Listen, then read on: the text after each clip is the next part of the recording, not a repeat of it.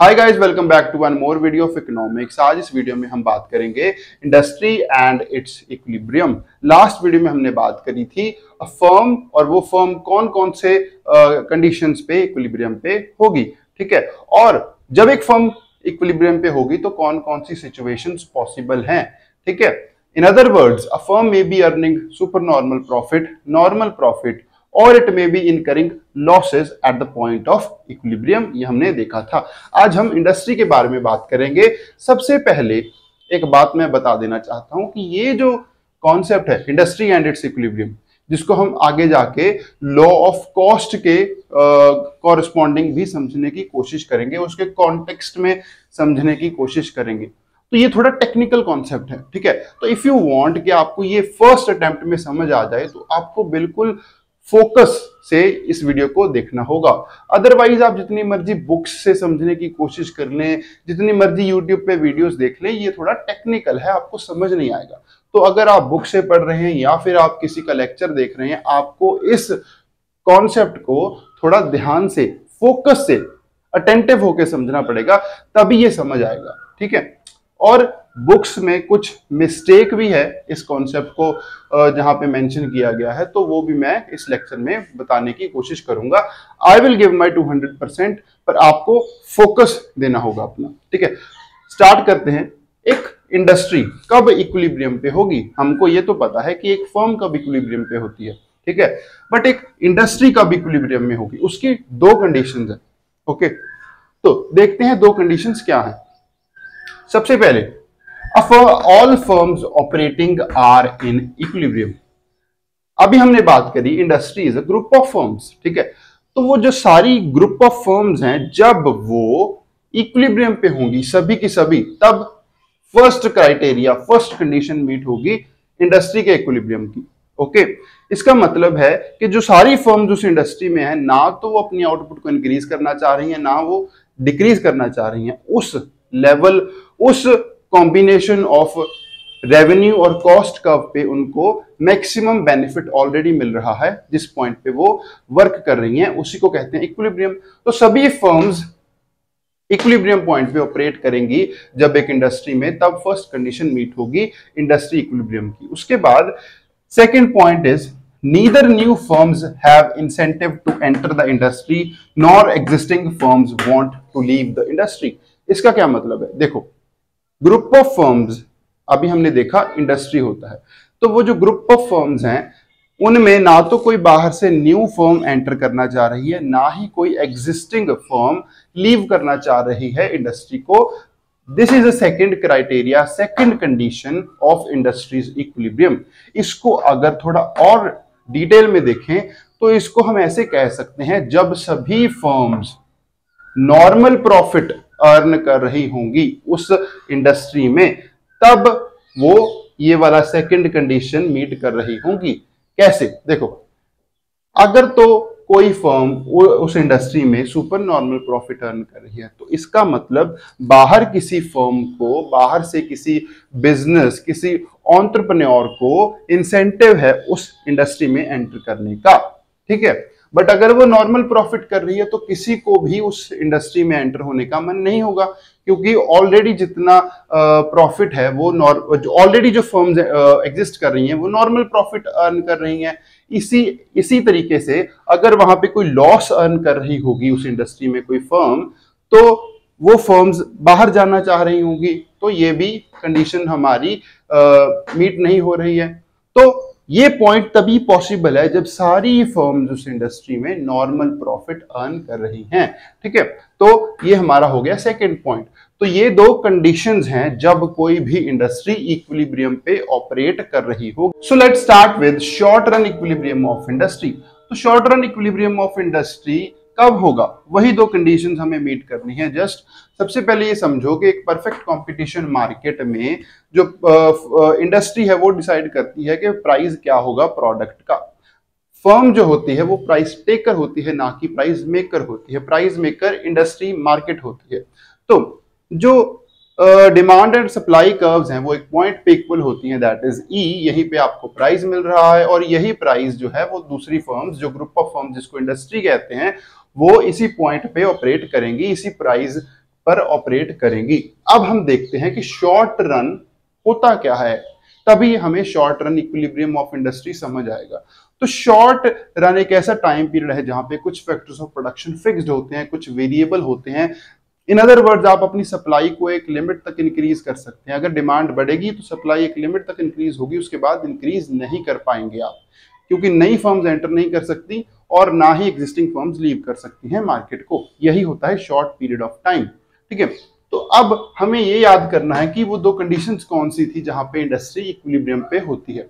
तो वो दो कंडीशंस थी, एक तो सभी फर्म्स जो ऑपरेट कर रही हैं उस इंडस्ट्री में वो इक्विलिब्रियम पे हैं, ना तो अपनी आउटपुट को इंक्रीज करना चाहती हैं, ना ही अपनी आउटपुट को डिक्रीज करना चाहती हैं। ठीक है, और सेकंड कंडीशन थी कि सभी जो फर्म्स हैं वो नॉर्मल प्रॉफिट अर्न कर रही हैं, सभी फर्म्स नॉर्मल प्रॉफिट अर्न कर रही हैं। बट क्या शॉर्ट रन में वो सिचुएशन हो सकती है कि सभी फर्म्स नॉर्मल प्रॉफिट अर्न करें? नहीं, क्योंकि न्यू फर्म्स एंटर नहीं करेंगी तो कुछ firms super normal profit earn करेंगे, कुछ फर्म्स लॉस इनकर करेंगी। बट सेकंड कंडीशन इसीलिए यहां पे मीट होती है क्योंकि हमें पता है न्यू फर्म्स एंटर नहीं करेंगी, ना ही एग्जिस्टिंग फर्म्स लीव कर सकती हैं मार्केट को। तो शॉर्ट रन में सेकंड कंडीशन ऑलवेज मीट होती है।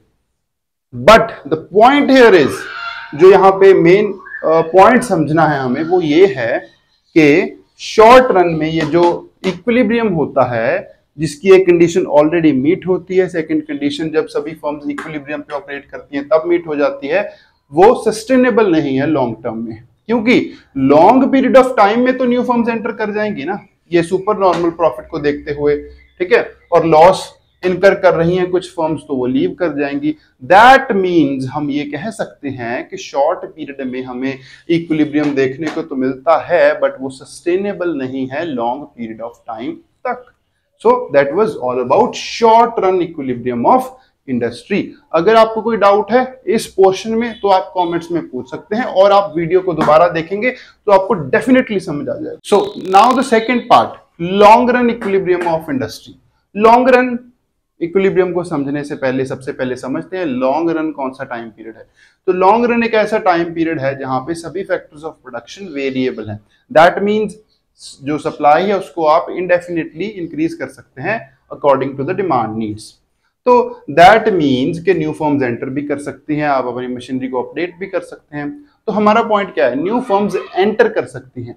इसका मतलब अब जो सभी फर्म्स ऑपरेट कर रही हैं उस इंडस्ट्री में उन सबको नॉर्मल प्रॉफिट अर्न करना होगा, क्योंकि there is a potential of new firms entering the industry.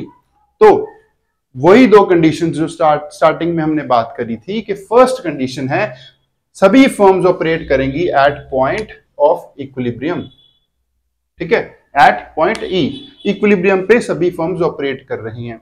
Second condition क्या थी कि न्यू फर्म्स एंटर नहीं करनी चाहिए, ना ही एग्जिस्टिंग फर्म्स जो है वो बाहर जानी चाहिए। तो अगर अब ये जो पॉइंट है ये नॉर्मल प्रॉफिट अर्न कर रही है, यहाँ पे ये जो इंडस्ट्री ये जो फर्म देख रहे हैं हम, ये नॉर्मल प्रॉफिट अर्न कर रही है क्योंकि जो एवरेज कॉस्ट है वो किसके इक्वल है, एवरेज रेवेन्यू के प्राइस के इक्वल है। तो that means normal profit earn कर रही हैं।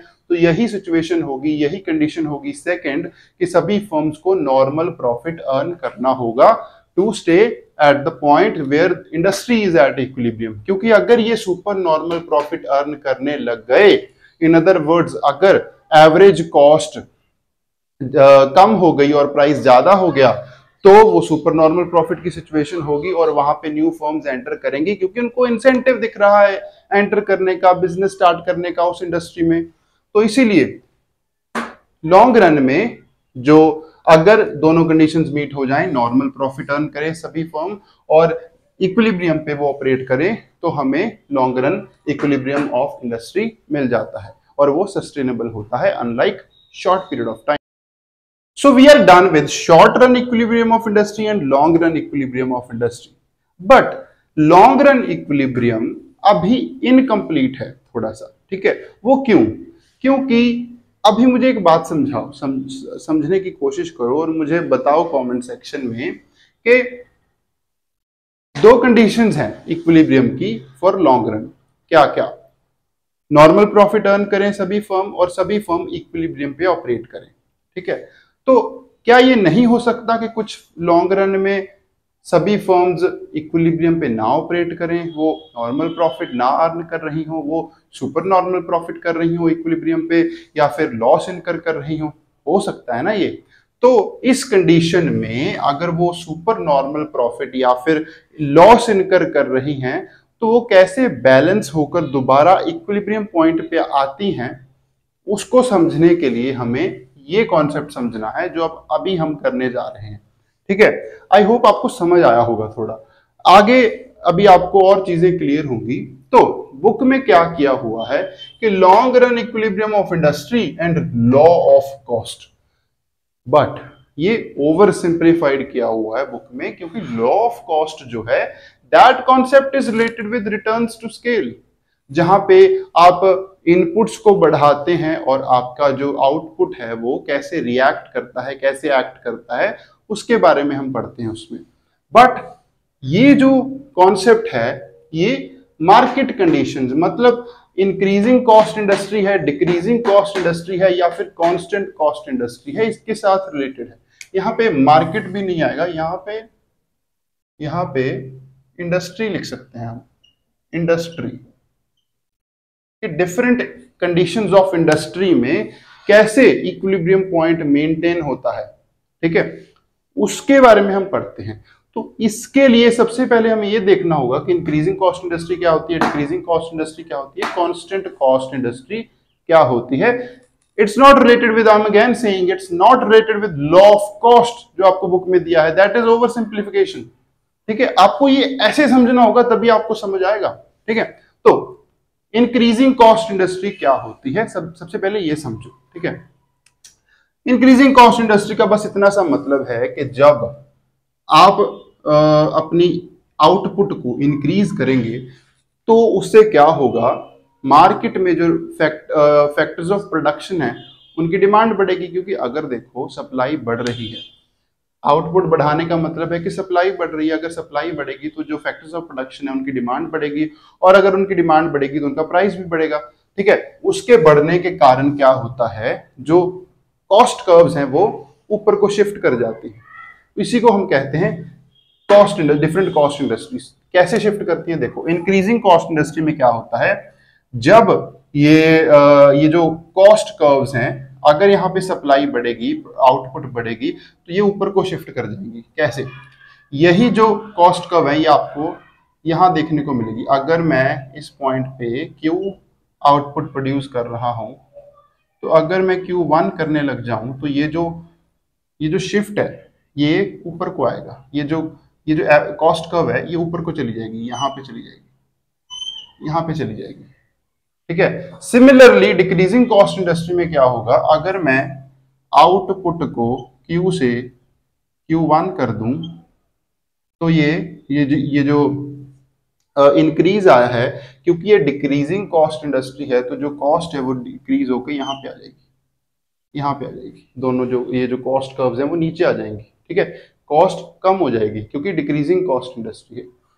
कांस्टेंट कॉस्ट इंडस्ट्री में क्या होता है, आपको इसको डिटेल में जानने की कोशिश नहीं करनी है, बस आपको समझना है एक बार कि इंक्रीजिंग कॉस्ट इंडस्ट्री में क्या होता है, डिक्रीजिंग कॉस्ट इंडस्ट्री में क्या होता है, कांस्टेंट कॉस्ट इंडस्ट्री में क्या होता है।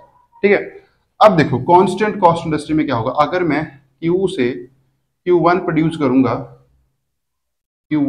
करूंगा तो ये जो शिफ्ट है ये यहीं पे रह जाएगा, क्योंकि ये कांस्टेंट कॉस्ट इंडस्ट्री।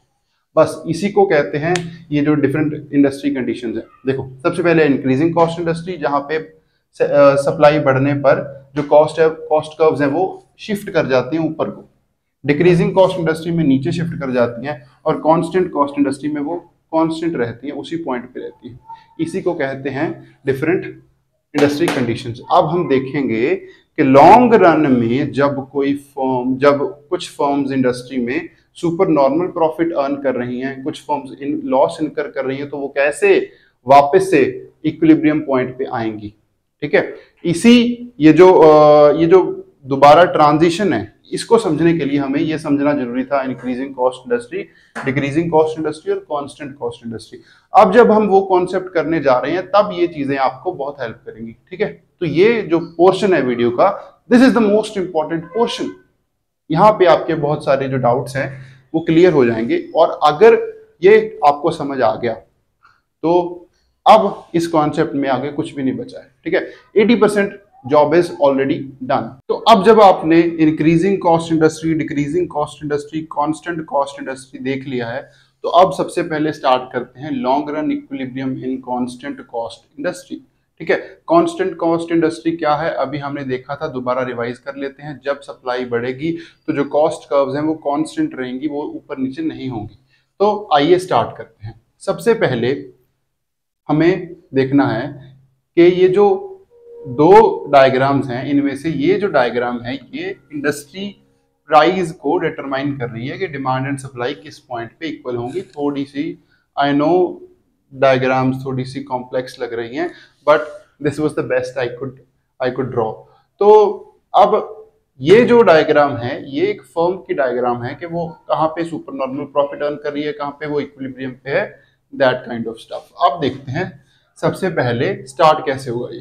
तो सबसे पहले ये जो डी कर्व आप देख रहे हैं दैट इज डिमांड कर्व, और ये जो एस कर्व है दैट इज सप्लाई कर्व, और ये दोनों इस ई पॉइंट पे इक्वल है। I would really want you guys कि आप ये साथ के साथ बनाते रहें, तभी आपको समझ आएगा, ठीक है। एंड आई अश्योर यू कि आपको समझ आ जाएगा जब ये मैं कॉन्सेप्ट खत्म करूंगा। तो प्लीज ड्रॉ करते रहिए साथ के साथ। सबसे पहले ये डी कर्व है, डिमांड कर्व, और ये S curve initial supply curve है। ये ई पॉइंट पे एक प्राइस को डिटरमिन कर रही है, और यही प्राइस फर्म भी ऑपरेट इसी प्राइस पे करेंगी। तो जब फर्म इस प्राइस पे ऑपरेट कर रही है तो वो नॉर्मल प्रॉफिट अर्न कर रही है। यू कुड सी कि ये एवरेज कॉस्ट है, ये लॉन्ग रन मार्जिनल कॉस्ट है, और long run marginal cost price को इस पॉइंट पे कट कर रही है। This is the situation of equilibrium of firm, और इसी पॉइंट पे हमें ई पॉइंट मिल रहा है और हम इतनी आउटपुट को प्रोड्यूस कर रहे हैं, दैट इज क्यू। क्योंकि ये नॉर्मल प्रॉफिट है तो अभी कोई भी डिफिकल्टी नहीं है, न्यू फर्म एंटर नहीं करेगी। बट क्या हो अगर डिमांड बढ़ जाए, डिमांड बढ़ जाए, ठीक है। अब इसको सपोज करिए कि ये सारी फर्म्स की सिचुएशन है, उस इंडस्ट्री में जितनी भी फर्म्स हैं सभी firms initially normal profit earn कर रही हैं, तो न्यू फर्म एंटर नहीं करेगी ऑब्वियसली। तो अगर डिमांड कब बढ़ जाए और ये राइट को शिफ्ट हो जाए, D1 हो जाए, तब क्या होगा। तो अगर डिमांड बढ़ती है तो हमें पता है कि प्राइस भी उसके साथ बढ़ जाता है, तो P से P1 हो गया प्राइस, और डिमांड कब हमारी सेकंड है D1, ठीक है, जो राइट को शिफ्ट हो चुकी है।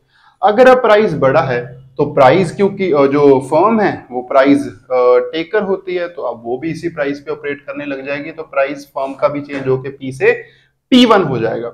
अब इस P1 पे आप ध्यान से देखिए कि ये जो न्यू आउटपुट है वो कहां पे है। देखो ये जो लॉन्ग रन मार्जिनल कॉस्ट है, अब ये न्यू प्राइस लाइन को यहां पे कट कर रही है, तो this is the second point of equilibrium E1। Draw करते रहिए, this is a E1 new point of equilibrium. इसी पॉइंट पे अब हम ऑपरेट करेंगे और Q1 क्वांटिटी एक फर्म प्रोड्यूस करेगी, ठीक है।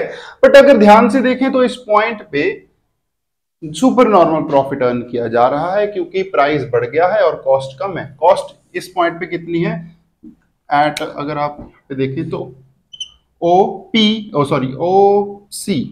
इस पॉइंट, इसको मैं OC लिख रहा हूं, तो OC इज न्यू कॉस्ट। तो कॉस्ट ऑब्वियसली कम है प्राइस से, तो ये सुपर नॉर्मल प्रॉफिट है। अगर super normal profit firms earn करने लग जाएंगी तो क्या होगा, न्यू फर्म्स एंटर करेंगी। लॉन्ग रन है, कोई रिस्ट्रिक्शन नहीं है, तो लॉन्ग रन में न्यू फर्म्स एंटर करेंगी मार्केट में। तो अगर न्यू फर्म्स एंटर करेंगी तो ये जो सप्लाई कर्व है ये भी शिफ्ट होगी। तो अब सप्लाई कर्व SS से शिफ्ट होकर राइट को चली जाएगी S1, ठीक है। अब वो कॉन्सेप्ट जो पिछली स्लाइड में हमने देखा कि अगर सप्लाई बढ़ती है तो कांस्टेंट कॉस्ट इंडस्ट्री में क्या होता है, क्या एवरेज कॉस्ट, जो कॉस्ट कर्व्स हैं वो ऊपर जाती हैं या नीचे जाती हैं। कांस्टेंट कॉस्ट इंडस्ट्री है गाइस, तो वो कांस्टेंट रहेगी, वो वहीं पे रहेगी जहां पे है, ठीक है। तो सप्लाई बढ़ने से वो वहीं पे रही, और अब क्या हुआ, जो प्राइस है, क्योंकि सप्लाई बढ़ी है तो सप्लाई बढ़ते ही क्या होता है, प्राइस कम हो जाता है। तो अब प्राइस P1 से कम होना स्टार्ट हुआ, ये कम होता होता P के दोबारा इक्वल हो जाएगा Q क्यों? क्योंकि उसी पॉइंट पे इस कॉस्ट कर्व पे नॉर्मल प्रॉफिट अर्न करने लग जाएंगे इस प्राइस पे। ठीक है, दोबारा हो सकता है थोड़ा कॉम्प्लिकेटेड है, ध्यान से समझो कि जब सप्लाई कर्व बढ़ी तो प्राइस क्या हो गया, कम होना स्टार्ट होगा। तो वो कम होता होता किस पॉइंट पे रुकेगा, उसी पॉइंट पे जहां पे नॉर्मल प्रॉफिट अर्न किया जा रहा था। So this was long run equilibrium in constant cost industry. अब आपको समझ आया होगा कि मैंने क्यों सेपरेट स्लाइड में आपको समझाया था कि कांस्टेंट कॉस्ट इंडस्ट्री क्या होती है, इंक्रीजिंग कॉस्ट इंडस्ट्री क्या होती है और डिक्रीजिंग कॉस्ट इंडस्ट्री क्या होती है। इसलिए समझाया था क्योंकि मेरे को ये बताना था कि ये जो प्राइस चेंजेस और कॉस्ट कर्व में चेंज कैसे आता है, कैसे दोबारा इक्विलिब्रियम पॉइंट जो है वो मेंटेन होता है। आपने यहाँ पे देखा ना कि सबसे पहले सुपर नॉर्मल प्रॉफिट अर्न किया जा रहा था, तो सेकंड कंडीशन जो थी वो वायलेट हो रही थी इक्विलिब्रियम ऑफ इंडस्ट्री की। तो दोबारा जब सप्लाई कर्व बढ़ी तो दोबारा जब प्राइस नीचे आया तो दोबारा इक्विलिब्रियम पॉइंट पे इंडस्ट्री आ गई। सो यही ट्रांजिशन दिखाने को मैंने ये सेपरेट से आपको समझाया था। अब हम देखेंगे long run equilibrium in increasing cost industry and then decreasing cost industry. अब देखते हैं long run equilibrium in increasing cost industry. ठीक है, तो इंक्रीजिंग कॉस्ट इंडस्ट्री में क्या होता है, जब सप्लाई बढ़ती है तो जो कॉस्ट कर्व्स हैं वो ऊपर को शिफ्ट कर जाती हैं, यानी कि जो कॉस्ट है वो बढ़ जाती है। ठीक है, ये हमने देखा था। अब ध्यान से इस डायग्राम्स को समझने की कोशिश करते हैं। सबसे पहले ये जो इंडस्ट्री, ठीक है, सॉरी आउटपुट आएगा, प्राइस आएगा सिमिलरली है। ठीक है, तो सबसे पहले इनिशियल डिमांड कर्व थी डी और इनिशियल सप्लाई कर्व थी एस। ठीक है, क्योंकि परफेक्ट कंपटीशन मार्केट है तो जो इंडस्ट्री है वो डिसाइड करेगी कि प्राइस क्या होगा। तो सबसे पहले जो इनिशियल हमारा प्राइस था that was at this point P. ठीक है, OP was the initial price determined by the market. अब वही प्राइस हमें यहाँ पे देखने को मिला OP. Similarly this is OP. अब इस पॉइंट पे जो हमारी इनिशियल कॉस्ट कर्व्स थी वो थी एलएसी, एलएमसी। प्लीज ड्रॉ करते रहिए साथ, एलएसी, एलएमसी। ओके, और ये क्योंकि प्राइस लाइन को ये जो लॉन्ग रन मार्जिनल कॉस्ट है ये ई पॉइंट पे कट कर रही है, so this was the firms equilibrium point. ठीक है, अब इस पॉइंट पे हम जो फर्म है वो इक्विलिब्रियम पे है और नॉर्मल प्रॉफिट अर्न कर रही है क्योंकि लॉन्ग रन एवरेज कॉस्ट और प्राइस क्या है, इक्वल है।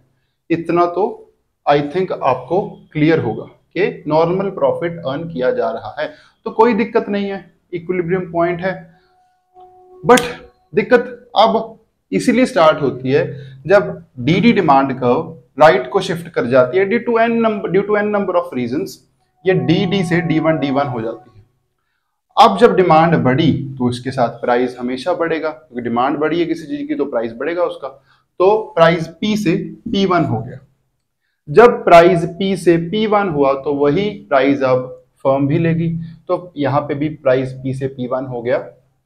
बट अभी सप्लाई नहीं बढ़ी है तो हम पुरानी कॉस्ट कर्व्स पे ही रहेंगे। तो अब long run marginal cost price line को इस पॉइंट पे कट करेगी, that is point E1। That's point E1। इस पॉइंट पे अगर आप ध्यान से देखें तो प्राइस बढ़ गया है, कॉस्ट कम है, तो दैट मींस अब हम सुपर नॉर्मल प्रॉफिट अर्न कर रहे हैं। तो अब अगर एक इंडस्ट्री में firms super normal profit earn करने लग गई हैं, दैट मींस इक्विलिब्रियम कंडीशंस जो हैं वो वायलेट हो गई हैं। अब दोबारा इसको कैसे फिक्स करना है यही हमने समझना है, यही कॉन्सेप्ट का नाम है। ठीक है, अब कैसे ये दोबारा फिक्स होगा। तो अब प्राइस बढ़ गया है, सुपर नॉर्मल प्रॉफिट है, न्यू फर्म्स एंटर करेंगी तो जो सप्लाई कर्व है वो शिफ्ट कर जाएगी राइट। तो अब हमें न्यू सप्लाई कर्व मिलेगी एसएस के बाद S1। अब अगर सप्लाई बढ़ी तो प्राइस क्या होगा, कम होगा। और इंक्रीजिंग कॉस्ट इंडस्ट्री है तो जब सप्लाई बढ़ती है तो कॉस्ट कर्व्स ऊपर को शिफ्ट कर जाती हैं। ठीक है, तो कॉस्ट कर्व सबसे पहले कॉस्ट कर्व्स यहां से शिफ्ट होकर ऊपर चली गई, यहां पे चली गई। और जो प्राइस था वो P1 से कम होके P2 आ गया, क्योंकि अब मार्केट यहाँ पे डिटरमिन कर रही है प्राइस को। ठीक है, इसको आप E1 लिख लो। तो ये जो P2 है ये न्यू प्राइस है, कॉस्ट कर्व्स ऊपर चली गई। अब दो चीजें हुई हैं, देखो ध्यान से समझो। सप्लाई कर्व के राइट पे शिफ्ट होने से दो चीजें हुई हैं, एक तो प्राइस कम हो गया है और कॉस्ट कर्व्स ऊपर चली गई हैं। ठीक है, तो जब प्राइस कम हुआ, कॉस्ट कर्व्स ऊपर गई, तो ये दोबारा मिलेंगे एट पॉइंट, ये दोबारा जाके स्टेबल कहाँ होंगे, जहां पे वो दोबारा नॉर्मल प्रॉफिट अर्न करने लग जाएंगे, एट पॉइंट ई। ठीक है, इसको आप E1 लिखिए यहाँ पे, E1, क्योंकि यहाँ पे प्राइस किसके इक्वल हो गया, एवरेज कॉस्ट के, तो दोबारा से नॉर्मल प्रॉफिट प्रिवेल हो रहा है। So this is long run equilibrium in increasing cost industry. यहाँ पे एक चीज और है, जब यहाँ पे प्राइस कम हुआ और कॉस्ट कर्व्स बढ़ी, तो हमारा जो आउटपुट था, जो पहले OQ था, वो अब कम होके क्या हो गया, OQ1। तो आपको ये चीज याद रखनी है कि इन इंक्रीजिंग कॉस्ट इंडस्ट्री जब सप्लाई कर्व बढ़ती है तो क्या होता है, जो फर्म प्रोड्यूस कर रही थी पहले आउटपुट, वो कम प्रोड्यूस करने लग जाती है। So now the last concept, long run equilibrium in decreasing cost industry. ठीक है, डिक्रीजिंग कॉस्ट इंडस्ट्री का मतलब वही, जब सप्लाई कर्व बढ़ेगी, प्रोडक्शन बढ़ेगी, तो क्या होगा, जो कॉस्ट कर्व्स हैं वो नीचे को शिफ्ट कर जाएंगी। यही हमने देखा था। Let's start. सबसे पहले हमारे पास जो डिमांड कर्व है दैट इज DD। ठीक है, और सप्लाई कर्व है जो हमारे पास that is SS, this one. ठीक है, हाँ, तो अब जो प्राइस मार्केट डिटरमिन कर रही है that is at point E, और this is our initial price OP। यही प्राइस फर्म लेगी। ठीक है, तो ये थोड़ी सी ऊपर नीचे है, पर आपको कंफ्यूज नहीं होना है, दिस इज OP। ठीक है, इस पॉइंट पे इनिशियल जो कॉस्ट कर्व्स हैं वो ये वाली हैं, LAC LMC, और ये नॉर्मल प्रॉफिट अर्न कर रही हैं, और इक्विलिब्रियम पॉइंट है एट पॉइंट E। तो इक्विलिब्रियम पॉइंट पे ही हर प्रोड्यूसर प्रोड्यूस करता है, तो हमारा जो इनिशियल आउटपुट है दैट इज OQ। ठीक है, अब क्या हुआ, अभी तक सब कुछ ठीक है, जो इंडस्ट्री है वो इक्विलिब्रियम पे है, फर्म भी इक्विलिब्रियम पे है सारी। अब क्या हो गया, अब देखो, जो डिमांड है वो due to n number of reasons वो बढ़ के राइट को शिफ्ट हो गई। अब जब डिमांड बढ़ेगी तो प्राइस बढ़ेगा, तो प्राइस OP से शिफ्ट होके OP1 हो गया। ठीक है, क्योंकि अब जो डिमांड कर्व है और जो इनिशियल सप्लाई कर्व है वो इस पॉइंट पे है, मीट कर रही हैं। ठीक है, इंटरसेक्ट कर रही हैं, तो अब OP1 is the new price. अब यही प्राइस फर्म भी लेंगी, तो OP1 is new price here as well. तो अब वही कॉस्ट कर्व्स, क्योंकि अभी सप्लाई कर्व तो बड़ी नहीं है, तो वही कॉस्ट कर्व पे हमें न्यू इक्विलिब्रियम पॉइंट मिलेगा दैट इज हियर।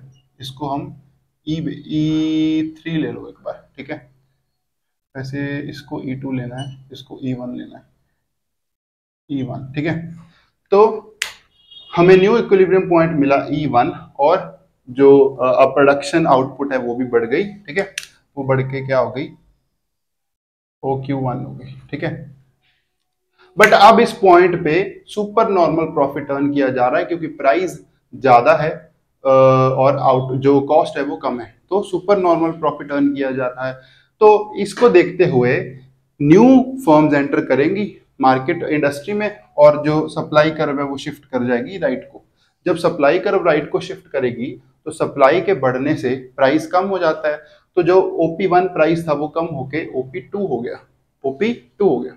जब प्राइस OP2 हुआ तब देखो क्या हुआ कि सप्लाई बढ़ी है तो प्राइस कम हुआ, और जो कॉस्ट कर्व्स हैं वो, क्योंकि डिक्रीजिंग कॉस्ट इंडस्ट्री है, तो वो नीचे को शिफ्ट कर जाएंगी। जब कॉस्ट कर्व्स नीचे को शिफ्ट कर जाएंगी तो हमें न्यू कॉस्ट कर्व्स मिलेंगी दैट इज LAC2 LMC2, और जो प्राइस है वो क्या है, OP2 है अब। ठीक है, प्राइस कम हुआ, कॉस्ट्स भी कम हुई, और ये दोबारा जाके बैलेंस करेंगी और मिल जाएंगी एट द पॉइंट जहां पे दोबारा से नॉर्मल प्रॉफिट अर्न किया जा रहा है, that is at point E2। सीखने को क्या मिला कि जब डिक्रीजिंग कॉस्ट इंडस्ट्री होती है तो क्या होता है, जो अगर सप्लाई बढ़े तो जो आउटपुट है वो OQ से बढ़कर OQ2 हो जाती है। This was all about long run equilibrium in decreasing cost industry.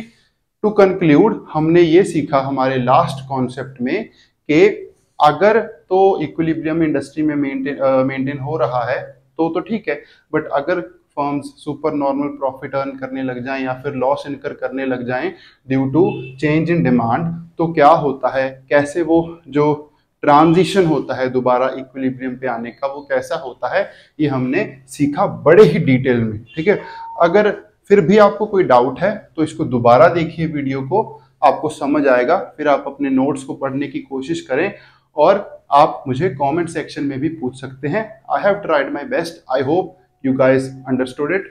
Thank you so much for the video. अगर आपको ये वीडियो अच्छी लगी तो आप चैनल को सब्सक्राइब कर सकते हैं और आप लाइक और कमेंट करके भी अपनी क्वेरीज को पूछ सकते हैं।